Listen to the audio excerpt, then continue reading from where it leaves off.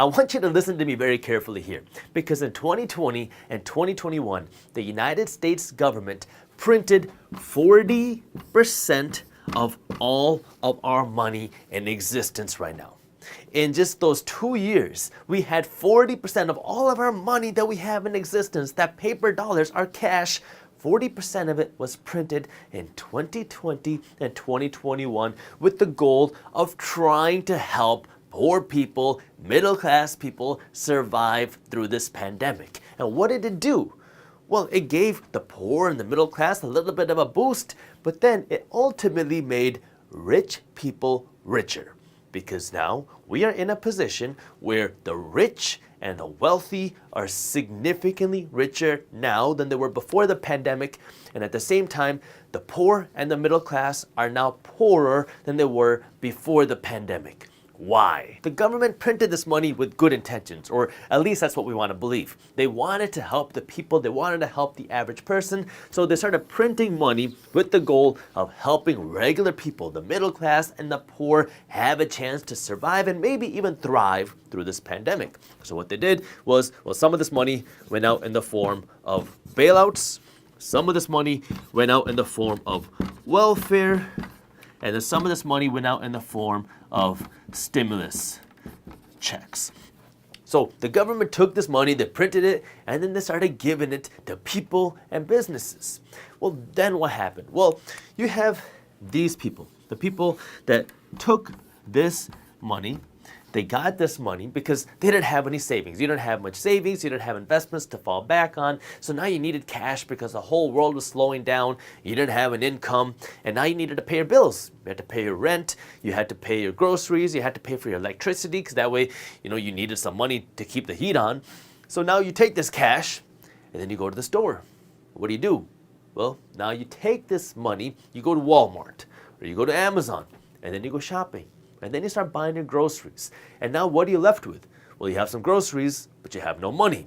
But Amazon and Walmart, well, they sold you the goods. They sold you the groceries. So now what do they have? Well, they sold you a product, and now they have bigger profits. Amazon, the company, brought in record sales during the pandemic because people needed to shop. They don't want to go into the grocery store, so they started shopping online. So who benefited?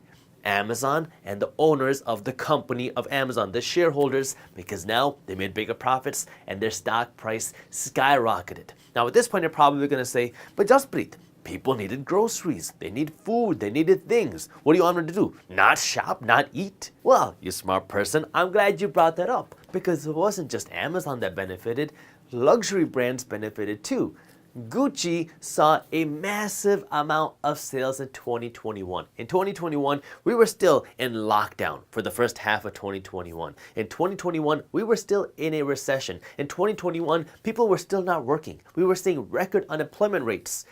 And yet, we were seeing record-breaking luxury sales at Gucci. Gucci was seeing sales, the same sales they were seeing before the pandemic, in the middle of a pandemic. And it wasn't just Gucci.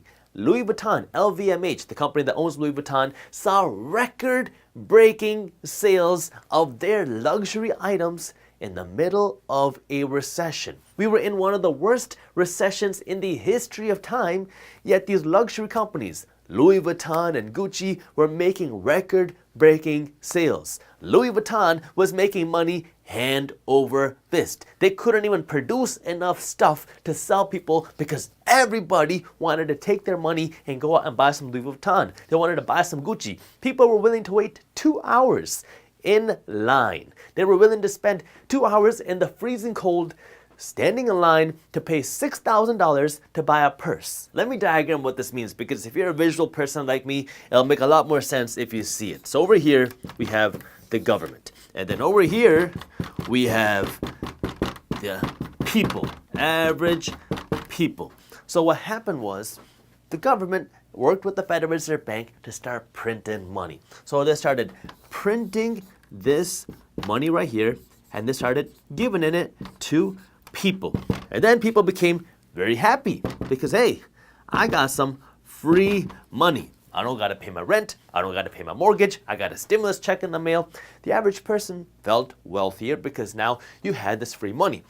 Now, what happened for a lot of people, not everybody, but for a lot of people, the average person, they now took this new free money that they were making and they started spending it, even if they didn't need to spend it, because of course you had some people that didn't have any money, they couldn't eat, so they needed this cash to go out and buy groceries. But you had a lot of people that were continuing to work, that had money, that now didn't need to spend this money. They didn't need to go out and use this money to buy their groceries. They didn't need to use this money to pay for their electricity bill. So they took this cash and then they started spending it at these companies, these big corporations. And so now what you saw happen was money flowed from the Fed and the government down to people, and then it flowed up right here to the corporations, the big companies. And so here, when the government started printing money, remember, they printed 40% of all dollars in circulation in 2020 and 2021. What that did was it diluted the value of everybody's dollar.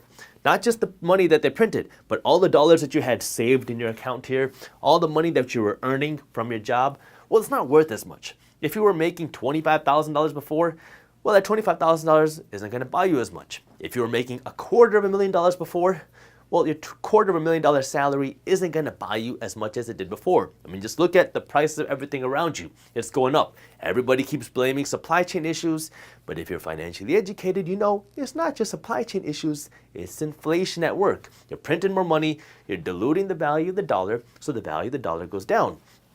Well, money was printed, it went down here, everybody had some more cash, and then they spent this cash, it goes up to corporations, and now you had all these new dollars that were printed, and now where are these dollars being concentrated now? Well, it went down here, but then a lot of these dollars just flowed back up here. So now we have this imbalance of dollars. We have more dollars being concentrated up here than we do here because money flowed up to the top. Money flowed to the wealthy. And so now you have a bigger concentration of dollars here, and now the people here, well, you may or may not have more savings than before. A lot of people actually have less savings than before now because the cost of everything is so much higher. But let's just assume that you have the same amount of money in the bank now, you're making the same salary as before. Well, you are poorer now than before, even if you have the same bank account, even if you have the same job, because that money that you earned is now being concentrated here. And the dollars that you have saved can't stretch as far. If you enjoyed this short clip from my longer videos, here's another clip that I think you'll love. And while you're at it, if you're interested in learning more about how to start generating passive income, our team put together an amazing guide on how to start generating passive income for free. All you gotta do is click that button right over there. Thank you for watching, and as always, keep hustling.